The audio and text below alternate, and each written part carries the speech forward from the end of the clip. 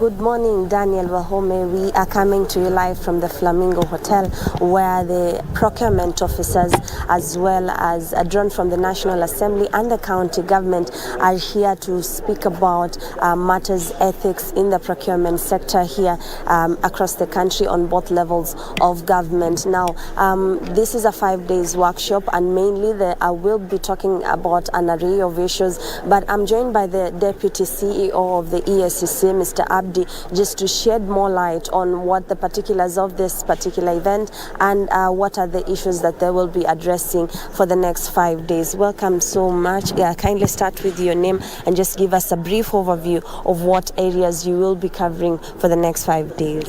Thank you very much. My name is Abdi Mohamud. I'm the Deputy Chief Executive Officer of the Ethics and Anti-Corruption Commission. We are here meeting with the members of the Kenya Institute of Supplies Management. These are people who actually deal with procurement matters, both from the public and private sector. And we are engaging them not on issues that we are usually known for, which is the enforcement. We are basically engaging them to partner with them and to exchange views on how we can reduce corruption within the procurement process. Because 80% of the high-profile investigations that the Commission conducts happen because of procurement challenges. And that is why we are here. We are basically here as partners to engage and to understand one another. The other thing I want to add is we have learned in most of the challenges that we face in procurement matters, professionals are actually involved in either the planning stage, the implementation, or even in cover-ups during the investigation.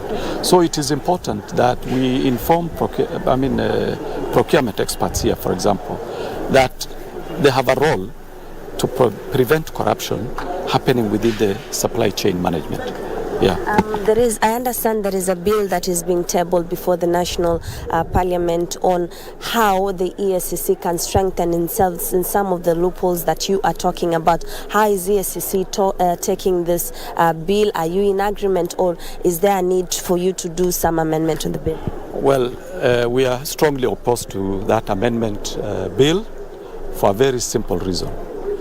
That bill, if it goes through as is being proposed, will basically kill the fight against corruption in this country for a very simple reason. What the bill proposes to amend are two very critical sections of the Anti-Corruption and Economic Crimes Act. This is Section 45(2), B and C.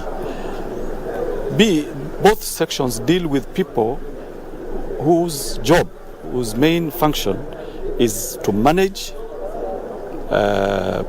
public funds, either through procurement or disbursement. So basically, first of all, let's understand who are these people who this particular section targets. These are people whose main job is to manage public funds. And who are these? This could be the accounting officer, it could be the procurement expert, it could be revenue officers. So these two sections that this amendment bill proposes to amend basically do not deal with all public servants. They deal with only those people. And now, Section B talks about willfully and carelessly. That is a mental attitude. So, for an offense to stand, there must be an act and there must be the mental element. This Section B deals with people who willfully and carelessly abuse the procurement process.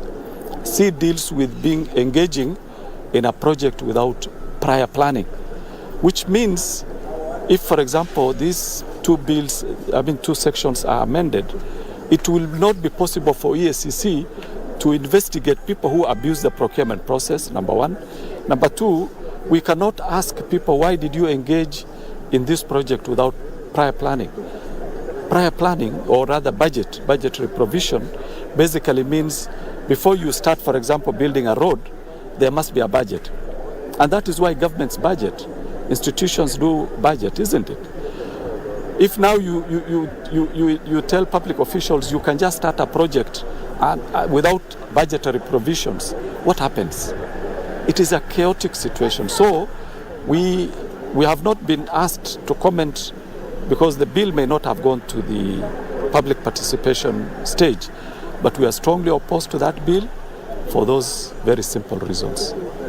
For the interest of time, finally, counties are decrying that they have not been allocated their monies until now. However, according to EACC, you are saying even the little that they have, there is still some malpractice that is going on.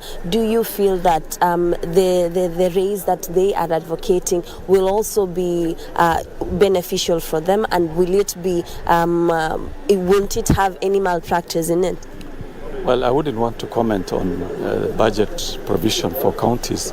All that I want to encourage the counties is to use whatever is at their disposal prudently and to account for the resources that are dispersed to them. Both the internally generated revenues and the revenues generated and dispersed by the central government. The reason I'm saying this is because I know EACC is investigating some, like for example, Siaya, even here in Mombasa County. What exactly would you tell the county governments, even as they want and cry for more allocations? Well, I've said, first of all, before even you ask for more funds, account for what you have been allocated. Generate more revenue internally. We remember some time back, when we had the councils, the county councils, the municipal councils, the city councils, remember they only used to have internally generated funds. And of course, I know the services now have been devolved and we can't talk about it, but my request, or rather my plea to the counties is just to utilize the resources they have prudently. As EACC, of course, we will investigate where we come across issues of abuse and the misuse of public funds. Thank you so much, Deputy CEO. We are at the Flamingo Beach. Procurement officials drawn from the national and county governments are here to discuss matters ethics in the procurement sector. So we'll be keeping abreast on what is happening and bringing you more details at the top of the hour. But for now, from Mombasa County, I'm Juni Karisa. Back to you, Daniel Wahome, in studio.